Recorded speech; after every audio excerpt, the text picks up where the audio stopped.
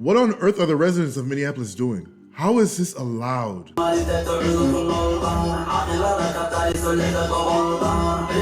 Assalamu alaikum. Assalamu alaikum. Somalia. Somalia. Hiran State. Ma'awisle. Ma'awisle. Early voting was hadda illa November 4. I need your vote. I need you. Hadan Udkina, hello. We're gonna win. So mayoral candidate Omar Fateh, he's running as a Democratic socialist. Not only is he running as a Democratic socialist, he's running as somebody who's pro another country while still trying to run for the mayor of the city of Minneapolis. If there is any indication of America last, it's standing right before us in a suit and tie. You're campaigning to run this city, which has already struggled with everything that happened with George Floyd and all the riots and the protests. And you're sitting here telling us your allegiance lies with your nation of Somalia and what you're going to do with the Somalian people. Are you going to address the lack of faith that the police force has in city officials, and that's why Minneapolis cannot hire police officers? To direct Minneapolis police to arrest federal agents. That would be dangerous, that would be irresponsible. And my simple question is, how would our police officers do that? How would our police officers arrest federal agents when, simply put, they have much bigger guns and it would be illegal? And that's part of it. But we should actually dig in on the answer to this question, because this gets to the crux of the issues that we actually deal with. You committed to arresting federal agents. My simple question is how? Yeah, well, if there's any federal agent that has a mask on, that should not be allowed in our city. I agree with that, but how? How do you arrest them? Well, we can work with our state partners, we can work with our attorney general, we can work with it cross-jurisdictionally, we can work as a city. But specifically, how would you arrest them? The reality Because is, this would put our neighbors in danger. This is who you guys are trying to vote for. We're already complaining about the high rates of crime, the lack of police officers who are willing to sign up to be police officers in the Twin Cities because they understand it's a high stress and thankless position. Now here we have it, Omar Fateh here publicly stating what he's going to try and do is weaponize Minneapolis police forces against federal ICE agents. Jacob Frey, I hate him, I don't like him, he was just as bad, but he's asking a very poignant question right now. How are you going to do that? Because he understands what you're saying is we're ready to wage war against federal agents. That's not what the people of Minneapolis need. And that's, of course, what you're investing in. This man will only bring chaos. Crime will be worse off. The social fabric of Minneapolis will continue to deteriorate if we don't get it together and vote for somebody who has a sound mind and is America first and is Minneapolis first. Terrorists, we heard them being called drug dealers. We heard a lot of insults. We heard that they're a threat to our national security. And that's a flat out lie. You want to know who the real threat is, Madam President? I'll give you a hint. They don't look like our chief author. They don't look like the folks up in the gallery. They don't look like the folks on the rotunda. They look like many of the members that sit in the front. And you don't have to take my word for it. According to DHS, Madam President, the greatest domestic threat facing the United States comes from, quote, racially or ethnically motivated violent extremists, specifically those who advocate for the superiority of the white race, not our immigrants. We are safer and we're better off because of them. So let me get this straight. Not only will he redirect their focus away from the citizens of the Minneapolis-St. Paul region, he's going to focus them on combating federal ICE agents. But now he's stoking up some sort of race war by telling people the face of our enemy is actually white males. This is the recipe for disaster. This is the recipe for collapse. And this is how, again, we fuel another 2020. We should make dua for him and pray for him. I understand that our Somali communities are all connected to each other here in Minnesota and back home, and I ask for your support. There's always been a link between our community here as well as back home, and I'm running to bridge that gap and unite all of us and represent all of us, because when we succeed here, we succeed everywhere. The only back home you should be referencing is your home here in Minneapolis, Minnesota. There is no back home if you're running for public office in another country. You're either for that country or you're against it. As Christ says, a house divided against itself cannot stand. So who are you with? And it does not sound like it's with the United States of America. Of course, that leads me to ask the question, then what is your aim? What is your goal? What is your agenda? Well, I'm excited to announce that I will be supporting Senator Fateh for the mayor of the city of Minneapolis. Our Congresswoman, who I'm really excited to have her support.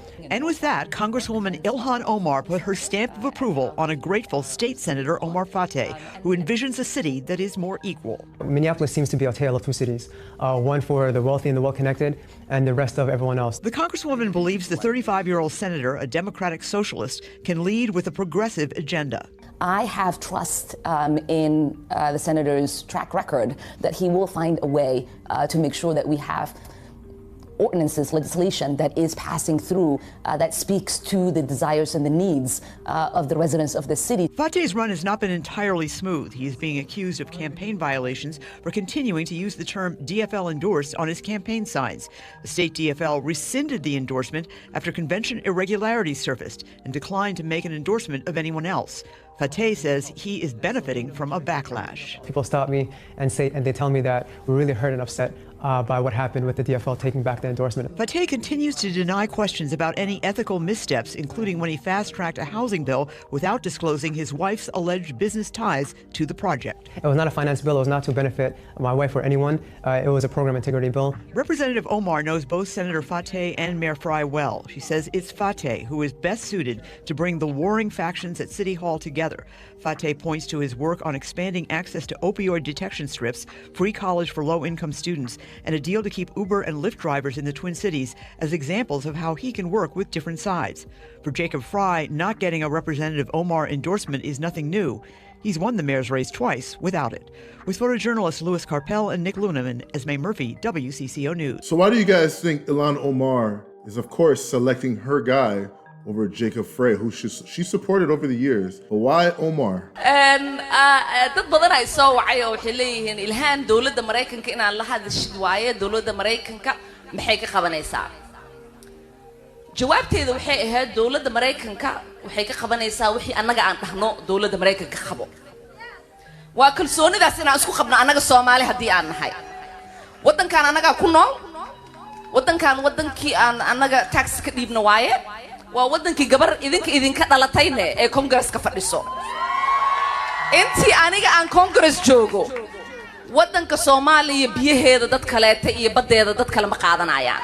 So this clip has been translated and she's saying, as long as I am in office, the US will do what we tell them to do, and Somalia will never have to worry if I'm in office. So her endorsement of Omar Fateh tells me just this. She is piecing together her team, who she believes is necessary for her to carry out this goal. Anigu waan ahay gabar Mareykanka laga doortay oo Congress-ka Mareykanka ku jirto. Laakiin waxaan ahay gabar Soomaaliyeed, gabar idinku jinsi ah, gabar idinku af ah, gabar idinku diin ah oo hadde qof iyadoo da'yar wadankeedii laga kaxeeyo wili xiise u qabto in maalin wadankeedii ay ku noolaato oo dadkeedii wax ay la wadaagto. Marka alxamdulillah waxaan rajaynayaa aniga iyo ilmahayga in aan hadde ku barbaariyo iyagana ilmahooda ay ku barbaariyaan dhulkii aniga aan ku soo koray taasna haddii ay suurtagelayso waa hadda shaqo badan inaan wada qabanaa hadduu Ilaahay yiraahdo oo aan ka dhignaa dhulkeena dhul barwaaqadiisa dadka oo dhan ay dareemi karaan oo ay arki karaan oo ay ka wada faa'iideysan. If you guys don't get it yet, she's establishing her political infrastructure to fulfill her dream and fulfill her promise to her homeland of Somalia. Omar Fateh is just another chess piece in her grand scheme to funnel resources back to Somalia, to establish Somalia as a great nation, and then they can drop America when all is said and done. All we are is just the financiers in the big picture for a greater Somalia. So guys, this democratic socialist run that's sweeping our nation right now is by no mistake. They understand that America is for sale right now, that we don't have our defenses up, that those who should be fighting are afraid to fight, and the ones who are advocating for this are all the liberals who, of course, have a vested interest in seeing the toppling over of America. Let's just close with this last clip here. Again, there is a reason why we're seeing these democratic socialists who are trained Marxists, who are rising in power, continue to lead polls wherever they are. If we don't start fighting for our country, it will be lost within this generation. About that. Free lawyers for illegal immigrants, and there's more where that came from. But he's not the only one. Across the country, there are more. Two more examples. In Minneapolis, Omar Fateh is running. He wants to fund non-police programs, keep homeless encampments, and stabilize rent. You hear that a lot from the socialists, and you can understand why. Rents are high. This one's interesting. In Seattle, Katie Wilson is running for Seattle mayor. She wants a bond for affordable housing. She wants to install city-owned solar panels and fund alternative crisis responses. She lives in a 600-square-foot apartment that she rents with her husband, and they have a small child there. She's running against another Democrat who is like, wait, I'm diverse. I've made incredible gains through my own hard work. But she is in the lead. And there we have it, folks. You're not going to conquer America by ships and armies, because they understand we will always have the upper hand. We're just that powerful. You combat and attack America from the inside through an intellectual and data-driven battle. Our universities have been captured, so they're propagandizing an entire generation of children to hate our nation. So when threats like this appear, these students today, they will never fight it. They'll never push back. They might even endorse it, which is what we're seeing now. Well, you guys, let me know your thoughts down below. Like, comment, subscribe. Make sure to share this video. And remember, Christ is King. Deuces.